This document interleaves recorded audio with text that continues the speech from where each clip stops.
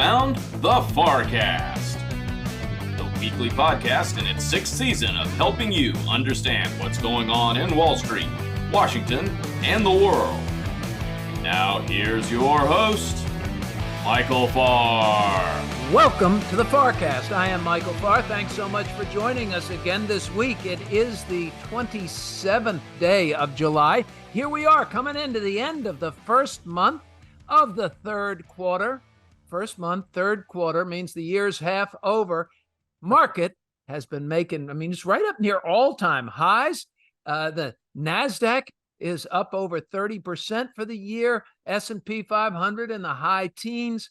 Stock multiples are really high again. Price to earnings multiples is what I mean. Earnings, you hear a lot on TV about earnings are coming in pretty strong. A lot of them are just beating lowered expectations. So they say, well, earnings came in ahead of estimates. That means a lot of the time, certainly with the banks, those were lower estimates. Overall, not bad. GDP number, positive this morning. Great GDP number today. Well up over 2% for the quarter.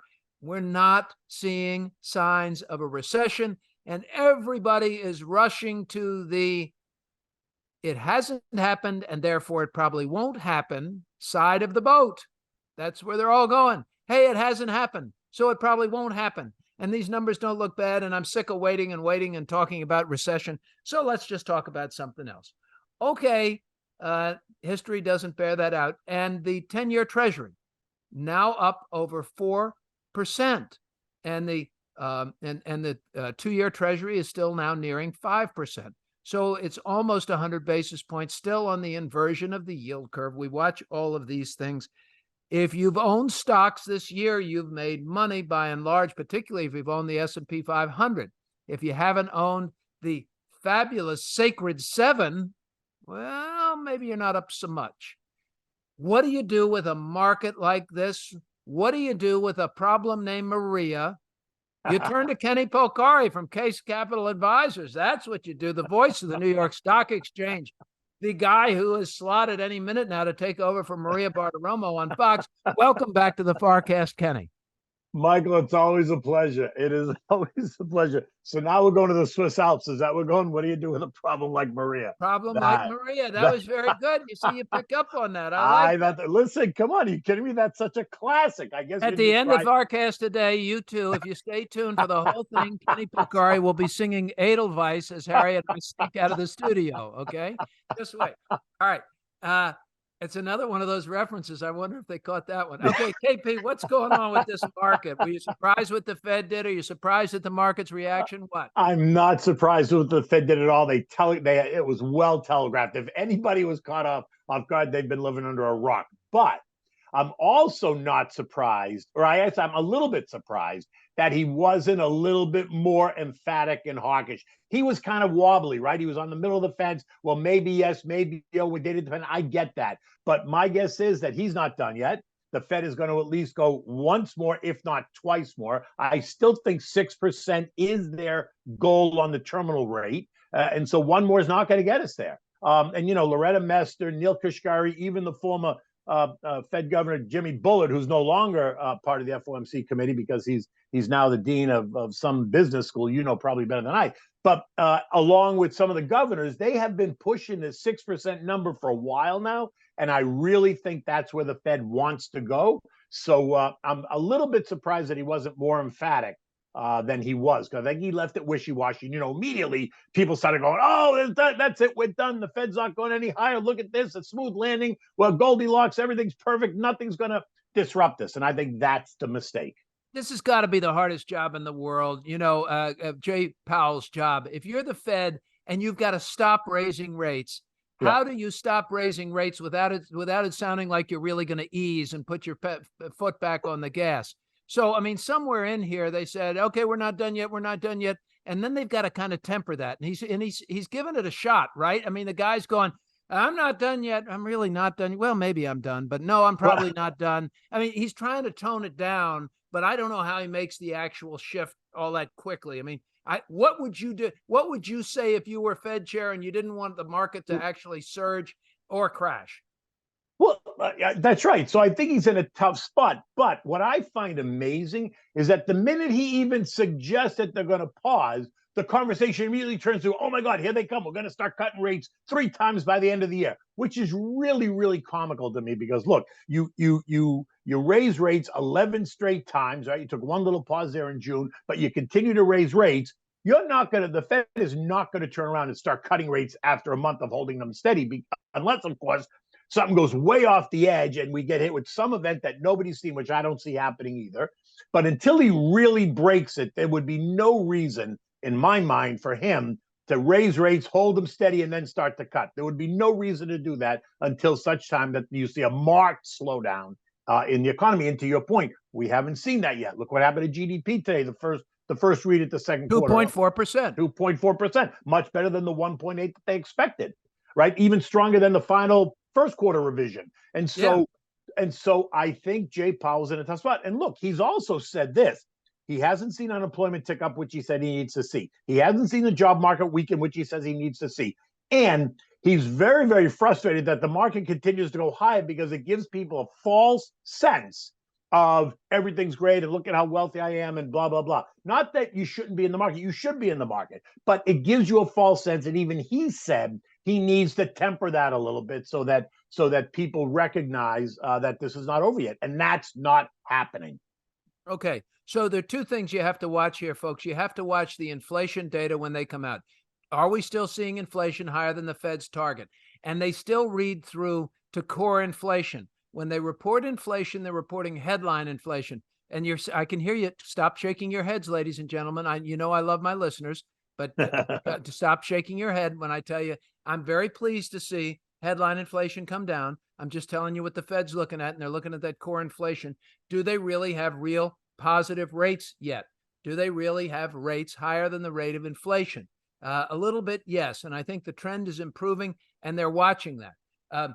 So watch that loud and clear. The other thing you have to watch, and we've seen this, we saw this from Dr. Jay Bryson at Wells Fargo. You don't have a recession until you see a half a percent spike in unemployment. Unemployment has to go up. We've never had a recession without a 0.5 point spike in unemployment. Watch unemployment. Unemployment actually last month or 2 months ago ticked lower versus higher. Now, last month, I think it ticked up 0.1%, but it's, to your point, it's nowhere near where he needs to see it go. And I think that's going to be very frustrating to him because he's trying to manage the soft landing. And I give him credit for trying to do that. My guess is, though, while we may not have a crash landing, I do think we're going to come into a bumpy landing. And look, you and I also both know that as we move into August, into September, October, it is a typically volatile time in the markets anyway. Yes. And I don't suspect this year to be really any different. I really don't. I suspect, it's going to be, we're coming into the end of the third quarter at that point. There's a lot going on in mutual funds, a lot going on with people now starting to prepare for year end and tax planning and all that stuff. And so it creates some volatility. And I don't think it's going to change this year. Kenny, what do you make of this? You were on the floor for a long time. 13 winning days from the Dow. We've never seen this since God was little. I mean, what does it mean to you when you see these trends like this, which we broke today, of course, because the Dow actually went down today, first time in 2 weeks. And you know me, I was there when God was little. You know me. Well, you were. And this is, ladies and gentlemen, because Kenny is much older than I am. And he's, I go to him when I need advice on all things. I mean, he's really my life guide and counsel, really, life advisor in many ways. Kenny, what do these things mean? Listen, I was always intrigued by, they kept saying, especially like on CNBC, it was the second day, third day, fourth day, fifth day, as if that were kind of a golden crown. All it meant to me is at some point it's got to stop because the numbers just say it can't keep going straight up in a line. And look, it certainly hasn't. And it needed some catalyst to make it pull back. Now, I don't suspect it's going to crash, but I am expecting it to shake the branches. I never really put a lot of meat and potatoes in the fact that it went up, 13 days in a row. So it went up 13 days in a row. I get it. But at some point, it's going to turn around and reverse that trend. And today may be that first day. And we may see us come back down and test trend line support, which, by the way, wouldn't be the worst thing in the world. That would be the worst thing in the world at all. Would be like a 4.5% pullback for the S&P if we did that. We haven't tested the trend line support since May. This is already almost August, right? That we've been well above the trend line. And so I suspect, and I want to see it like I would imagine you would.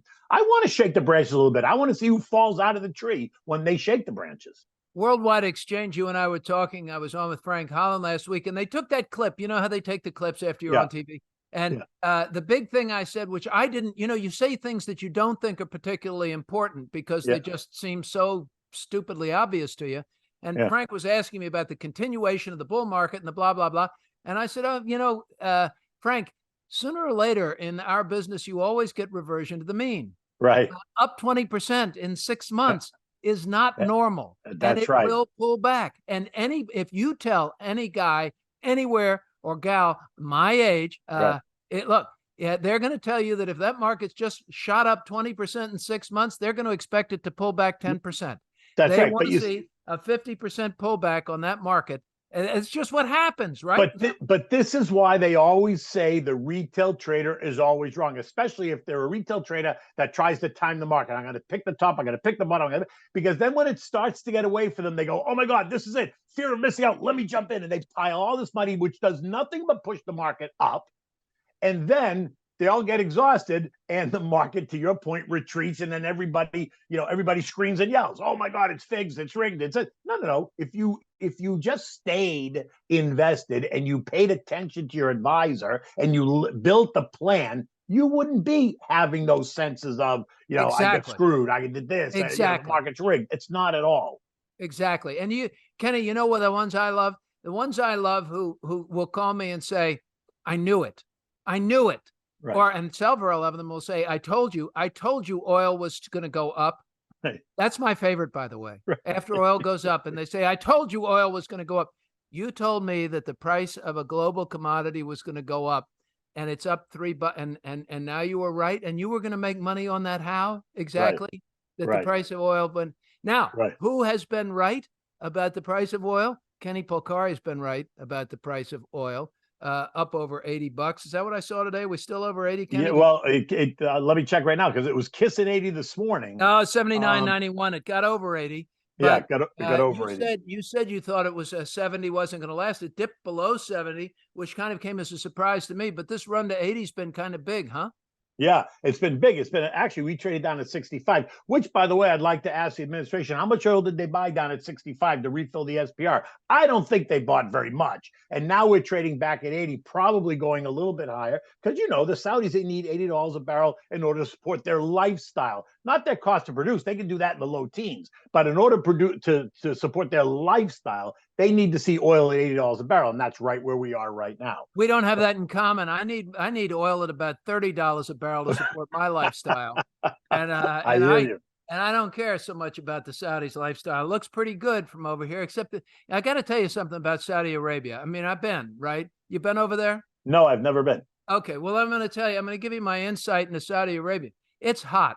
It is really, really freaking hot. I mean, it is heat like you feel you're cooking outside. People in Arizona say they feel like their skin's cooking. That's the way you feel walking around in Saudi Arabia. Oh my God, is it hot? Okay, Kenny, we're out of time. Advice for Fred and Ethel. What are you doing? What do you see here? It looks to me like the market's high. It is the market. The market is high, and if you pay attention, you always push it. In my note, I tell you, you have to stick to the plan. Don't go chasing the names that are so stretched. If you're adding new money and you don't want to rebalance your portfolio by taking profits and maybe some of those strong names, which I don't do, I'm adding money to the underperformers. So I've been putting money into healthcare. I've been putting in small caps. I've been putting in financials. And so by adding more money to those underperformers, I've actually rebalanced some of my portfolio. Now, but I would be putting, and I am putting money into the underperformers, the ones that, will listen, they're big, they're boring, they're not sexy. Those are all great core holdings. And that's where I'm finding to put some of my money. Kenny Polcari is the CEO, the president, the Lord and Master at Case Capital Advisors, the voice of the New York Stock Exchange, and our great friend here on the FarrCast, my great personal friend. Thank you, Kenny, for being with us. It's always a pleasure. We're going to come right back with Dan Mahaffee from the Center for the Study of the Presidency and Congress. Harry will be talking to him this morning because I've got to run out the door. I will be back for segment 3. We're going to be talking to the folks from Bankrate. Please stay with us.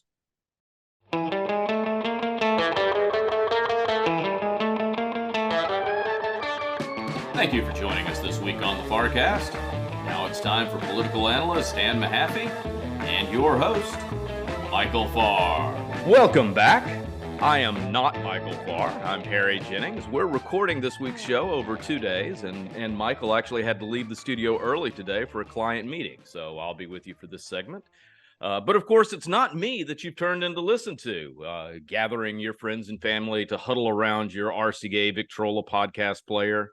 You're here to listen to the preeminent political analyst of our time, the senior VP and policy director for the Center of the Study of the Presidency and Congress, Pam Scholl's favorite child, the senior political analyst for the FarrCast, also known as the Chicago Adonis, Dan Mahaffee.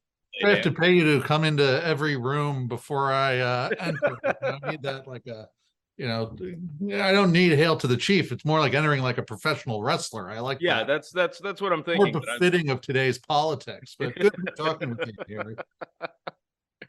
So we have a lot of things going on internationally that aren't really sort of at the top of the headlines. They're kind of bottom of the fold things, but it seems to me that there's a lot going on that could have some more significance than we're kind of giving it credit right now. So let's start with China. We promised everybody last week that we would get to China. There's been a change in Xi's inner circle. What's that tell us? What does that mean? Well, look, there's been this long question of where did Qin Gang, the foreign minister, go? And now we see that he's been replaced. And look, this was an interesting thing. And you get into, with the Russians, we used to call it Kremlinology. This is the forbidden cityology, as it will. But look, the cabinet, he was a high flyer in the cabinet, kind of a rising star of hawkish diplomacy. But it turns out there's rumors now. He disappeared. They said health reasons. Was it corruption? Was it extramarital affairs? What exactly was going on? Qin Gang, we remember, was the former ambassador to Washington, but now he's been replaced by Wang Yi. And we have to remember that a personnel change or cabinet change over there is a lot more complicated. There's cliques vying for power behind the scenes within the party. And as a result, look, this was someone who was close to Xi Jinping, seen as being on the rise, but now he's disappeared from the scene. So Xi has to account in some ways for why he made this decision. And look, it adds to, I think, many of the if you say Xi Jinping's the most powerful man in the world, that's not always a blessing. He's dealing with the Chinese economy right now. He's got these matters. I'm not going to underestimate their ability, but look, they're in a difficult bind right now with some of this. And it really comes down to, be it personnel, be it the economy, are Xi's policies the right ones? Because now they're locked into his system. This is the Xi Jinping system, whether you like it or not. And this is just another reflection of how China is going to have to understand its new system, as well as we abroad having to understand how power politics moves differently and how that'll affect things too that are important to our listeners. Like, will there be stimulus? What do they do about the real estate markets? What are some of these high-flying Chinese tech companies there? And what does this ultimately mean for that diplomatic and economic relationship? As you say, under the fold, but still a lot unfolding, as it were, when we need to understand what this means for, again, we've got Taiwan's military exercises this week, the administration trying to lower temperature, as it were. But again, it's just something that shows that this system in China is facing a lot more faults, headwinds, whatever you want to say, than some of us might look at it from afar. That it's not as monolithic and as placid as she would like it to be. Right, and that there's some pushback to these policies. Yeah, and Qin Gang, now he was the ambassador to Washington, and my understanding is he had a lot to do with both the Blinken and the Yellen visits. Is there any sort of read through there that the temperature has cooled a little bit, that the rhetoric has calmed down after those two visits? Is this Is this Look, the hardliners stepping in, or is that I don't read too much more into this. At least the recurring stories I hear about this is that the foreign minister was done in by the little foreign minister.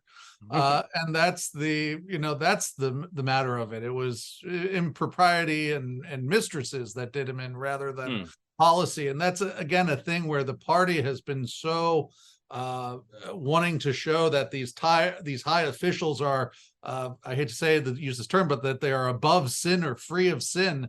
That doesn't help when your foreign minister perhaps is carrying on a little diplomatic efforts on the side. Diplomatic efforts on the side. That sounds like a good press release coming from a Chinese ministry. Okay, so moving along from China, the Mideast. There's been more tensions with Iran. We've heard this week that a new naval deployment going to monitor the Straits of Hormuz. The Iranians have tried to seize more tankers. Something that was interesting to me that I thought wasn't, that I haven't read anything of anybody analyzing this, but the boat that was deployed is actually a Marine expeditionary ship, one of the smaller aircraft carriers. They're the size of other countries' aircraft carriers, and carries a Marine battalion ready to land on any beach. That's what was sent to the Mideast. Is that what's going on with Iran, and is that something that we really need to be concerned about as a possibility for increased tensions that change the price of oil? I think you have to keep an eye on that. And Iran tensions, the nuclear program, the tensions with Israel have all grown, but we also can't forget that it was the Chinese who just brokered a Saudi-Iran negotiating deal of some kind. So again, this is part of the longer term question of the U.S. military presence in the Gulf, the Persian Gulf, and what is it getting us? And the Middle East is complicated right now because you kind of do a quick zoom through and you look. The Saudis are clearly trying to push back on us as many ways as possible. The MBS clearly dislikes this administration, and I think if the Saudis could donate to the Republican primary to bring Trump and Kushner back, they would. The other factors, though, look, you have the Emiratis are moving closer to China, even though they've long been an ally of ours. And CFIUS is actually going to look into if Abu Dhabi can take over Fortress. That's, a question of, what kind of Chinese influence is there actually in Emirati sovereign wealth funds? That's going to be a question that we're going to have. And then you look at Israel and others. Egypt, are they helping the Russians secretly? Israel, on the other hand, these are all countries we used to say are U.S. allies. Israel doesn't even seem to listen to us, even as they cash the checks and take the weapons. So we're now in this situation where it's like, what are we getting? And obviously, we talk about securing the energy supplies, but at some point, we have to have the strategic discussion of what is our commitment to these countries and what does it really mean to be engaged in the Middle East, and what are our interests? Because we're operating on basically a 20th century playbook for 21st century challenges. And I fear we just waste time and money and resources sending Marines into the region to signal Iran when perhaps we could be devoting more of our attention to more important parts of the world.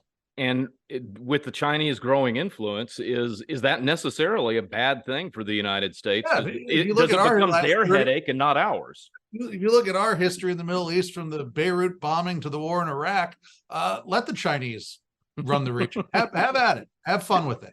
That's an interesting take. And one of the things that I've been thinking about is that again, just good luck selling pork to the region. Yeah.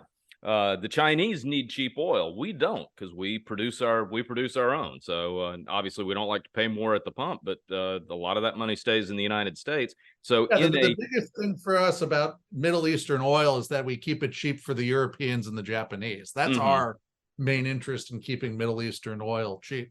That brings us to defense appropriations, sending Marines around the world. In D.C., we've had a lot of talk about the radicals holding Kevin McCarthy hostage, that these appropriations bills are having trouble going through. Spoke briefly with our friend Matt Leffingwell, and he said that this week, even though Congress is out, getting the groundwork laid for appropriations bills, he is working around the clock. where do those things stand? Is the deal that was cut by McCarthy, is that holding up, or are the radicals ready to pull the pin? Conservatives in Congress have long said that the deal was simply regarding the debt, and that they could always put appropriations and other things far below those agreed to numbers, which again, as we've talked about, is giving the senators heartburn. This is less Republicans versus Democrats and House versus Senate right now. Mm-hmm. And in the Senate, look, they want to spend more on defense. They want to spend more on Ukraine. That's been known.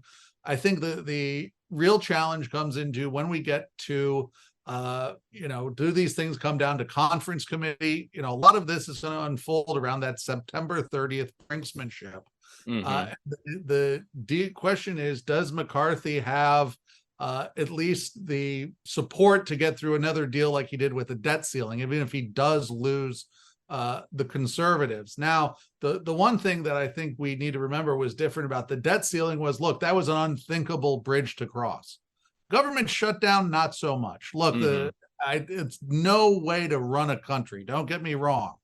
But the sense of pain that would be incurred by it is one that they don't, I can't even keep on the count off the top of my head how many government shutdowns I've lived through and been just fine. Mm-hmm. So I think there's less of a sense of that there's a catastrophic impact on this.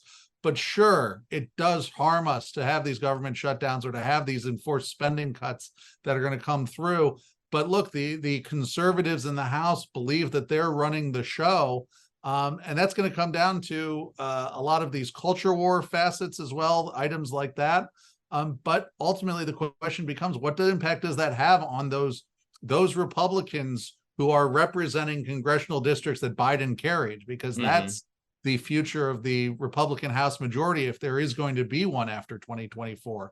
So how that unfolds is a lot of next year's politics as well. It seems to me that from the cheap seats that there's no question that there are the votes in the House as a whole to get these appropriations through, but that would actually have to be bipartisan, that it's the left-leaning Republicans, if you will, which just means the Republicans that aren't the radical right, and the centrist Democrats. But if McCarthy does that spell the end of his speakership? If he brokers, is he in a position where if he brokers a deal that can get to the Senate, that he is ousted as speaker? That's how it's set up. And we saw him get through it on the debt ceiling because, again, that deal worked. And despite the outrage that followed, one, they didn't follow through, and two, they just turned around and put appropriation bills far below the deal that was reached. The votes there in the House for 12 full appropriations bills, but that would just not be working in the partisan way our Congress does. So it's just it would actually be Congress working, which is sort of antithetical to the right. Again, Harry, this is this is just one example writ large of when Congress works like a parliament and therefore doesn't work. Mm-hmm. Yeah, that dysfunction is the name of the game. So, two questions to finish off with: does McCarthy survive the summer? Yes, because there's no alternative to him right now. Still no alternative. And you've put the likelihood of a government shutdown as high as 80% in different conversations that we've had. Do we have a government open on October 1st? What are you thinking the odds there are? I still say I'm at 80%. I'm still standing by that. I've not seen anything to change the sense of the tenor. Look, they're working on the appropriations bills, but nothing of the environment right now suggests that we're going to avoid that. And that will have economic impacts, even if it's just for a couple of days. That if it drags on, it becomes a significant headwind. But that's never a good thing for the economy. So, ladies and gentlemen, that's it with Dan Mahaffee. We're out of time. Dan, what are we going to be talking about next week, do you think?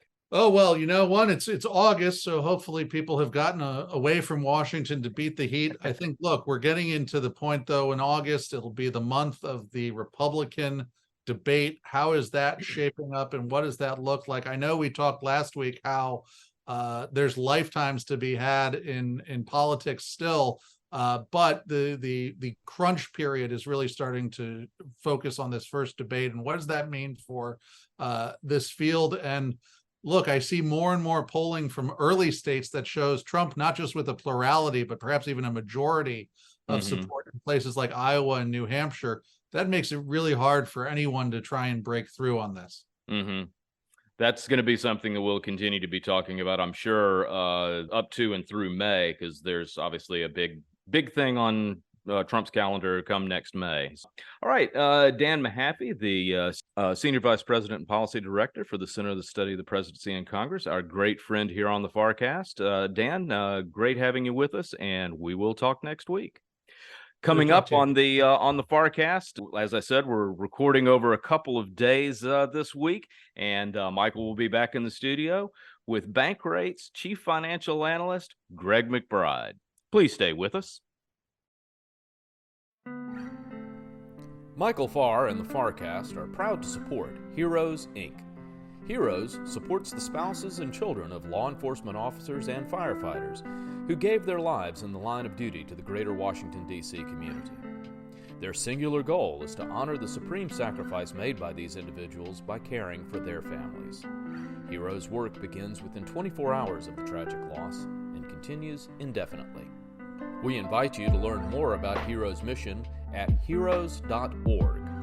We hope that you will consider supporting Heroes as they endeavor to honor those who protect us. That's heroes.org. Heroes, here for you, here for good.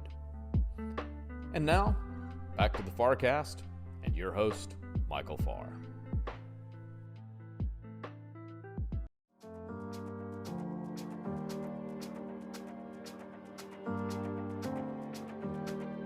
We appreciate you listening into the FarrCast this week. And now to introduce this week's special guest, here's your host, Michael Farr. Welcome back. Terrific couple of first segments. Kenny Polcari on the markets and the new highs and what he thinks it means. And again, stick with your plan is what we hear from Kenny. Then Dan Mahaffee and Harry Jennings thinks he's me filling in. Harry, you actually... I was really prepared to hate that whole segment, and you did a great job. So thank you very, very much. Well, thank you. Yeah, it's easy to talk to Dan. So Dan's a good man, really good man. We've been lucky to have him now for 6 seasons in the FarrCast. Now we have a new FarrCast guest. Normally, the voice of Bankrate.com, as you know, is Mark Hamrick, ladies and gentlemen. And Mark and I have known one another, for 30 years, and TV and radio and all of this stuff together. But you know, that Bankrate's a pretty good shop, and they have some other smart people. So as we endeavor to cover Wall Street, Washington, and the world, we want to see if we can bring you some new experts and some new insights. And Greg McBride today is joining us from Bankrate. He's the Chief Financial Analyst for Bankrate. He is a CFA. He's been all over the media, expert panelist for the Wall Street Journal, boards of this and that, graduate of the University of Florida, and a CFA. Welcome to the FarrCast, Greg. Great to be with you, Michael. Thanks so much for having me. We're very glad you are with us. Greg, we saw the Fed sort of raise a quarter here, and maybe they will and maybe they won't do more. And we have a GDP print, 2.4%, a lot higher than most people were expecting. Unemployment stays low. Inflation data seem to be turning on the headline, but not as much on the core. What do you think's going on with, how would you size up the economy right now? Good, bad, and different? Is picking up, still expanding, slowing? Give us your view. You know, I think this is a situation where the economy has been remarkably resilient, and this most forecasted recession in history is perpetually 6 or 9 months down the road. We're just, you know, it's a nice problem to have. The economy is strong enough that we're not getting any closer to that. This could kind of go either way. You look outside now, it's warm, it's sunny, it's, you know, tank tops and flip-flops as far as the eye can see. There's no sign of winter anywhere. Right. That doesn't mean it's been canceled. That just means it's not showing up yet. But, you know, wait, are you going to be the guy like Game of Thrones who says winter is coming? Are you going to? You know, I think that it could be, right? I mean, just because we're not seeing signs of that economically yet doesn't mean that we've averted a recession. We might, but we recently did a survey of the top economists. 59% still expect a recession in the next 12 months. So yes, while the odds of averting a recession have improved a bit. It's still not the base case in the eyes of most top economists. Why would the majority of serious, like well-respected economists suggest at this point, this late in the game, that they still expect a recession? The consensus of those that are in that camp, it Yes. seems to be that this idea that we've had over 500 basis points worth of interest rate hikes and counting is going to eventually catch up with the economy. Okay. Famous expression from the Fed is, long and variable lags in terms of when they raise rates versus when we feel the full effects in the economy. And we're still living through that. So I think the consensus there is that this is eventually going to catch up with us. And this inverted yield curve thing, where the 2-year yield is higher than the 10-year yield, has typically been a harbinger. And there are other data points, too, that have been very, very consistent.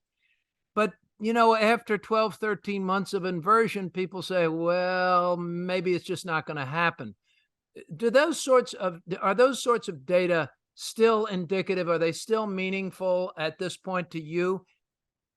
Well, the phrase that sends shivers up my spine, probably yours too, is it's different this time. Right. And so that gets me a little bit nervous when we start hearing that. I mean, look, I think not only is that yield curve inverted, it is deeply inverted. The difference between the 2-year and the 10-year is a full percentage point. So this isn't a slight inversion that's some kind of a fluke. This is a deep inversion that's persisted for more than a year. And it's even if you look beyond the 2-year, 10-year, you look at the 3-month 10-year, it's still deeply inverted. So, to me, ignore that at your own peril.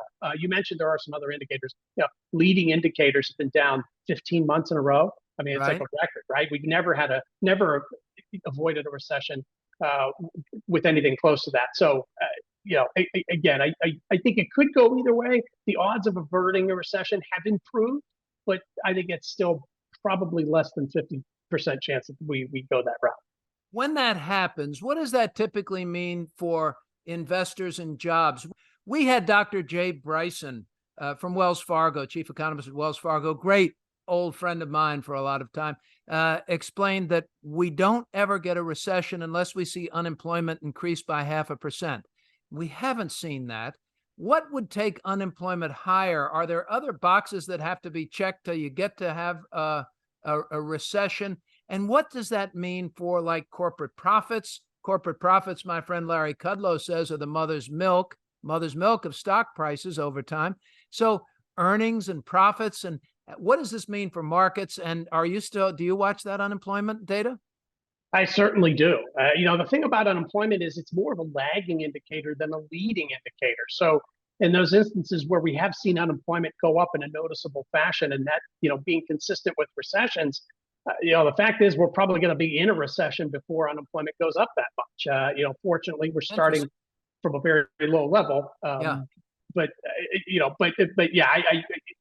we have a very strong labor market. That's one of the reasons that the economy has soldiered on as it has. But that can change. I mean, was it 4 months ago? People thought it was 2008 all over again because we had some regional banks fail, and now it's 1999 all over again. So sentiment it's a fickle mistress. It changes very suddenly, and we could see that again. So when you see this sort of thing and you think about folks who are listening, and I always talk about Fred and Ethel are my typical clients, and the Fred and Ethel sitting there at 60 years old, thinking about their 401k contributions and whether they're allocated to this or that. And they've had their funds perhaps in an S&P 500 fund or in some sort of balanced fund that has some bonds in it. But that stock portion looks really good so far this year, as everybody's been telling them how scared they should be. And they're saying, geez, I'm making money. What do you think they should expect? And how will they need to hunker down? Should they change anything? What's your view? Well, this is one where you need to just kind of keep on keeping on with the contributions. And, it's the market's been range bound for, almost 2 years now. When you look back at that, it really pays off, the dollar cost averaging, those regular contributions, the 401k contributions that go in every pay period. You've got to maintain that. Look, the market could go 15% from here. It could go down 15% from here. I'm not in the business of trying to outguess which way that's going to be. I think for Fred and Ethel you just got to keep on keeping on, keep making those contributions, maintain that long-term perspective, and make sure that allocation is consistent with that time horizon for retirement. Everybody is tolerant of risk when prices go up. Everybody's risk averse when prices go down. So put yourself in the shoes of, okay, if things fell 15%, how do I feel? Am I comfortable with the allocation I have now? The answer to that question is no. Then now would be a good time to rebalance it. Yeah, I think that's exactly right. I think it's very good advice, but it's the long term that you think about. And if you think, Fred and Ethel, about, let's say you're 60 years old today, and think back to when you were 50 and take a look at the contributions you made when you were 50 years old and what they're worth today. That's really the test of what the market can do. And particularly if you have a discipline that you've been sticking to for a number of years, you don't jump around much. You do talk to your financial advisor. You do talk to your person with their CFA or their CFP, the experience, their registered licensed people, your CPAs, and say, all right, does this look okay for a 60-year-old? Because that's really the only question. You don't change your asset allocation because of where the market is. You change the asset allocation based on where the client is in their life and their needs, their liquidity, and their risk. You don't care where the market is, and you don't suddenly not have an allocation to bonds just because bonds have gone way high and yields have gotten real low. You have to stick with those allocations. Okay, now as we come in here for the fall, the real estate market seems to be cooling down a little bit, and mortgage rates are high. And you're from Bankrate. You're seeing these forecasts. A lot of people say, I don't want to sell my house because I don't want to refinance my 3.5% mortgage at some 7% thing. What are you seeing for the real estate market, and how important is that to the overall economy? And it could even bleed into the stock market, right? Yes, it certainly could. I mean, if we look at just residential real estate, the softness in prices was largely seen last year. The housing market's actually been rebounding since about February of this year. And so even with the sharp drop off in demand because of those soaring mortgage rates, we have a record low number of homes available for sale right now. And so that limited supply, even with reduced demand, the demand still exceeds supply in many markets. And that's keeping a floor under prices. In some places, you're still seeing prices go up, 7% mortgage rates notwithstanding. So I think, the buyers that are in the market today are those that were not priced out by 7% mortgage rates. They've grown accustomed to it. And yes, the reason we have that record low inventory is because anybody with a 2.5% or 3% mortgage is like, I'm not trading that thing in for 7% just to move to another place. Right. All right. So what I'm hearing from Greg, and we're right at I can't believe it, Greg, this is great. You're great. Harry, have Greg back lots, will you? See if you can corral him to have him back lots. You've heard two things. You've heard both sides of the market out there. And I think he's done a really good job of saying, okay, look, GDP expanded, right? The housing market's still strong. Employment is still strong. Those are all things that sort of suggest this isn't a recession and we're not on the brink of one. And yet he then gave you the other side of the coin that says there is a lot of data out there. Oh, I hate when I do that. Sorry. There are a lot of data out there. Believe it or not, that's correct, ladies and gentlemen. I taught English in high school for years. So there are a lot of data out there. Okay, I'm going to tell you something else. I'm interrupting myself, but I was on with Erin Burnett years ago when she was first on CNBC. And I probably shouldn't say this either, but Erin Burnett is gorgeous. And she would look at me with these big, pretty eyes. And I was talking about this sort of thing. And I said, the data are really compelling, Erin. And she stopped and she said, oh, Michael, my kingdom for the man who says data are. And I said, I'm going to say it for the rest of my life, or anything else you tell me to say, Erin. There you go. All right. Keep those cards and letters coming, ladies and gentlemen. So the data argue at this point for a recession at some point. He's laid out both sides, and he's told us, too, that economists, according to Bankrate, are lined up still on a greater probability that we will have some sort of recession. Greg, as your final word, is it then to investors still stay the course and don't try and time things? I don't want to put words in your mouth. Give us your final thoughts. Yes, absolutely. Stay the course, maintain those regular contributions, that 401k contribution from your paycheck, the regular transfers into your brokerage account or your IRA. But, having a little stash of cash on the side that if the market did pull back, enables you to be a buyer. I think that's, that's sound as well. So, maybe a little bit of both. You've kind of got a foot in both camps. That dollar cost averaging, if the market continues to go up, you'll feel like a genius because you've been buying all along. If the market goes down, you'll feel like a genius because you've been buying more as the market pulls back and you've got a little bit of cash that you held in reserve so you can take advantage of that opportunity. So yeah, and just maintain that long-term perspective. Even the 60-year-old is probably looking at a time horizon of 30, maybe 40 years that their money has to last. Oh, I love you. Oh, can't man. get too conservative too soon. Yeah, I got a 40-year perspective at my age. You hear that, folks? Take that, Lori. Lori's my wife. She's, I think she's still trying to pick out her next husband. All right. Greg McBride is a CFA, Senior Vice President Bankrate, but he is the Chief Financial Analyst, and you can tell, awfully bright guy and a very nice guy. Thank you so much for being with us on the FarrCast. Thank you so much, Michael. I appreciate it. That's it. Another week, ladies and gentlemen, as we cover Wall Street, Washington, and the world. We will be back next week again with our more experts and insights to help you think about investing, and we hope you leave today a little bit smarter. Have a wonderful weekend. Stay cool, folks. It really is hot out there. It is dangerous. Stay hydrated, please, and take good care of yourselves. For Harry Jennings, our producer, and apparently my soon-to-be replacement, and the rest of us at the FarrCast, thanks so much for being with us. Have a great weekend. I'm Michael Farr. We'll see you next week. Thanks for being with us this week, and thanks to our guests, Kenny Polcari, Dan Mahaffee, and special guest from Bankrate.com, Greg McBride. The FarrCast comes to you weekly and is produced by Michael Farr and Harry Jennings and is available for free on Spotify, Apple Podcasts, Stitcher, Google Podcasts, and all major podcast platforms. We love hearing from you, and you can reach us at hjennings@farrmiller.com. Let us know any questions you have and topics you'd like to hear us cover.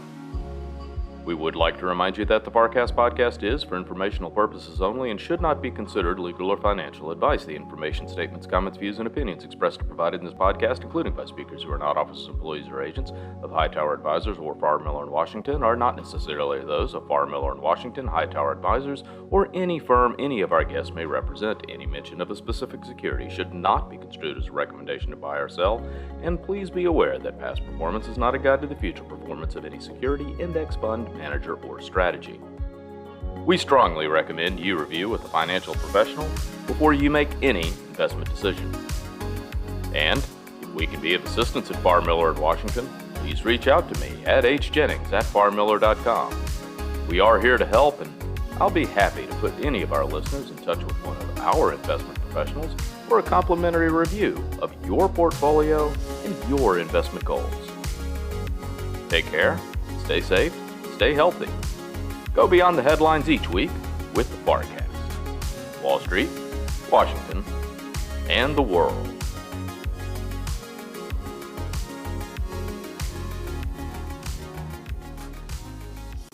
Farr, Miller & Washington is a group comprised of investment professionals registered with Hightower Advisors, LLC, and a SEC-registered investment advisor.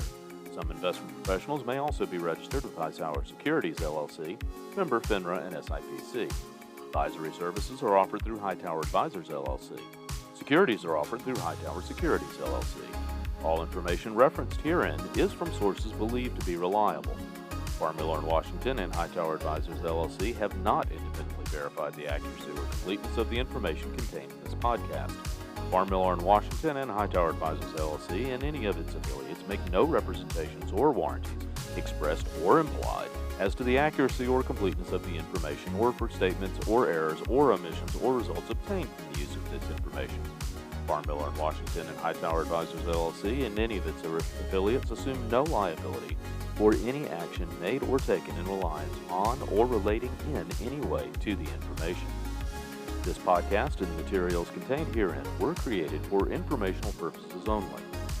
The opinions expressed are solely those of the authors and do not represent those of Hightower Advisors LLC or any of its affiliates.